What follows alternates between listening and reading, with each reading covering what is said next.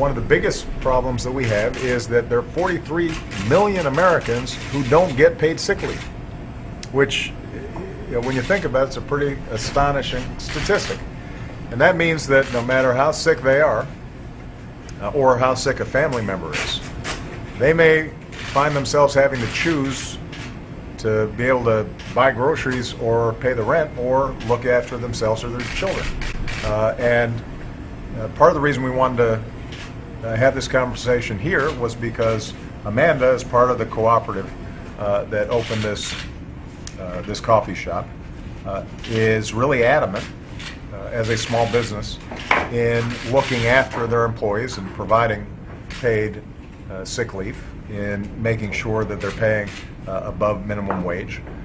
And what Amanda's found, and we've heard this from a lot of employers, is that when they make that investment in their employees, it pays dividends because the employees are more productive, there's lower turnover, there's greater productivity, and in fact, both large and small companies, it turns out, end up being more profitable over the long term because typically any organization, and certainly a business, is only going to be as good as its people. And while we're at it, pass a national policy for paid sick days as well.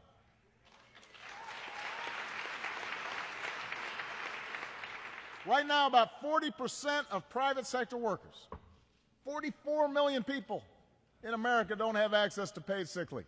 Now, unfortunately, only Congress has the power to give this security to all Americans. But where I can act, I will.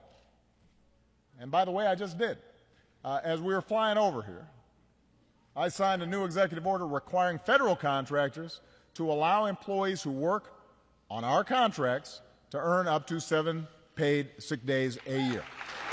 This will give about 300,000 working Americans access to paid sick leave for the first time. And it builds on the growing momentum of people who are answering the call on paid leave across the country. Today, we are the only advanced country on earth that doesn't guarantee paid sick leave or paid maternity leave to our workers. 43 million workers have no paid sick leave. 43 million. Think about that.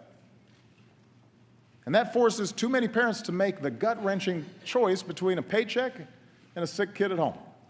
And since paid sick leave won where it was on the ballot last November, let's put it to a vote right here in Washington. Send me a bill that gives every worker in America the opportunity to earn 7 days of paid sick leave. It's the right thing to do. The right thing to do.